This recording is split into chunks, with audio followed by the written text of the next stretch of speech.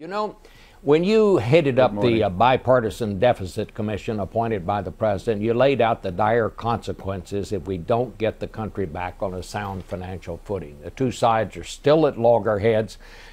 I guess I would start this morning by asking, and Mr. Bowles, why don't you go first? Is all this just posturing? Are they really going to let us go over this fiscal cliff? Lord, I hope not, Bob. I think it would be disastrous for the country if we did.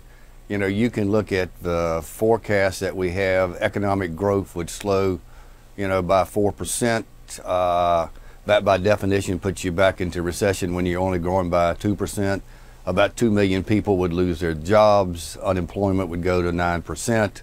You can already see the effects of it by, you look at businesses, they're slowing their head count by attrition. They're saying that, gosh, that they're going to have to lay people off. They're going to cut their capital expenditures. They're going to cut their investments. They're already hoarding cash. Moody's and S&P Moody's and Fitch have said that they would lower our credit rating. That would cause our interest rates to go up. I don't think the stock market has factored this in. Everybody's taxes would go up. I think this would be a disaster to go over the cliff. What about you, Senator Simpson? Could they really let this happen? Yeah, I think the reason is, as I see it, when you have responsible leaders saying, like this, I think it would help the Democrats more if we go over the cliff. And then responsible Republicans saying, I think it would help the Republicans if we go off the cliff. And the administration saying, I think it would help the president if we go off the cliff. And as Erskine says so beautifully, you know what that's like? That's like betting your country. There's something terribly bizarre and juvenile about that, is to think your party comes ahead of your country. I don't go for that at all. Well, do you think, Senator Simpson, in the end, Republicans are going to have to agree to higher tax rates for the upper income people? Well, I think Erskine and I both agree. If anybody out there who's, quote, rich, doesn't think their taxes go up, the drinks are on me. I'll cover it.